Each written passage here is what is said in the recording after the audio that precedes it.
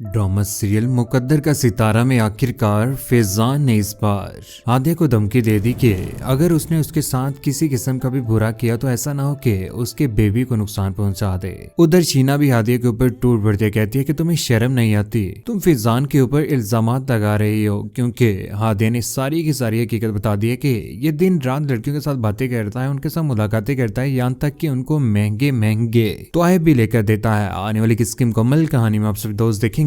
फैजान जो के लैपटॉप के ऊपर काम लगा होता है, यहीं पर हादिया आखिरकार पहुंच जाती है। हादिया वो चेक पकड़कर सामने ले आती है जहां पर गोल्ड के सेट की सारी डिटेल होती है। कहती है कि ये 12 लाख का सेट किसके लिए है। यहाँ पर फैजान बोल के कहता है कि हादिया मेरा दिमाग खराब मत करो, ऐसा ना हो कि कुछ हो जाए तो इस हालत में तुम्हारे उस बेबी को नुकसान हो जाए जो तुम्हारे पेट में है। ये सारी की सारी बातें सुनने के बाद यहाँ पर हादिया परेशान हो जाती है और कहती है कि बाबा को मैं सारी की सारी बातें बताऊंगी, देख लेना इस बार मैं तुम्हें माफ नहीं करूंगी। फैजान कहता है कि मैं तुम्हें सिर्फ इतना ही बताना चाहता हूँ, ये गिफ्ट तुम्हारे लिए नहीं था और ये सेट सोने का मैंने किसी और के लिए लिया है। ये बातें सुनने के बाद हादिया पहुंच जाती है सफदर कमाल के पास, जहां पर राजी की माँ और शीना भी मौजूद होती है। यहाँ पर वो बैठ जाती है, परेशान होती है, लेकिन शर्मिंदगी में बोल ही पड़ती है। कहती है कि फैजान किसी लड़के के साथ बात करता है और दिन रात उसके साथ मुलाकातें भी करता है और यहाँ तक कि उसको महंगे तोहफे भी लेकर दे रहा है और वो किसी लड़की के साथ इन्वॉल्व है। ये सारी की सारी बातें सुनने के बाद यहाँ पर शीना बोल पड़ती, कहती है कि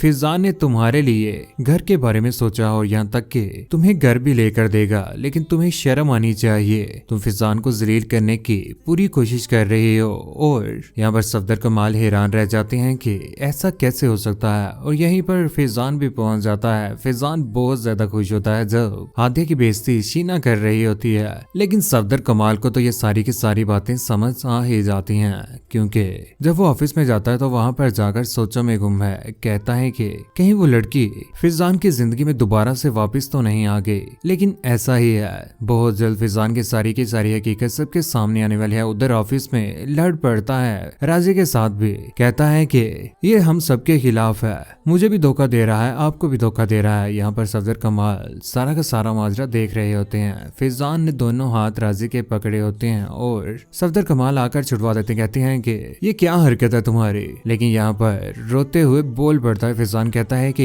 ये आपको भी धोखा दे रहा है, हमें भी धोखा दे रहा है, यहाँ तक कि नताशा को भी धोखा दे रहा है। राजी बोल पड़ता है, कहता है कि फैजान खामोश रहो, जरा तमीज के साथ बात करो, मेरी ऐसी सोच भी नहीं है। मोहम्मद जान ये जो कुछ भी कर रहा है और ऑफिस में जो कुछ भी हो रहा है उसका सारा का सारा जिम्मेदार फैजान ही है। इनकी मैंने बातें सुनी है, लेकिन सफदर कमाल के सामने भी ये बातें आनी ही थी, क्योंकि 12 लाख का सेट आखिर फैजान कहां से ले सकता है। उधर राजी को दोबारा से फैजान कहता है कि अगर अक्कड़ मैंने तुम्हारी चुटकियों में ना निकाली ना तो मेरा नाम भी फैजान नहीं, उसी तरह जिस तरह से हादी की अक्कड़ मैंने निकाली है। लेकिन कौन कौन चाहता है नताशा और राजी एक हो जाएं और अपनी जिंदगी में खुश रहना शुरू हो जाए, लेकिन फैजान और रमशा का बुरा अंजाम कौन कौन देखना चाहता है। नीचे कमेंट सेक्शन में अपनी मोहब्बत भरी राय का इज़हार जरूर कीजिएगा। चैनल को सब्सक्राइब करने के बाद बेल का बटन जरूर दबाएगा। अपना ख्याल रखिएगा, दुआ में याद रखिएगा। अल्लाह हाफिज।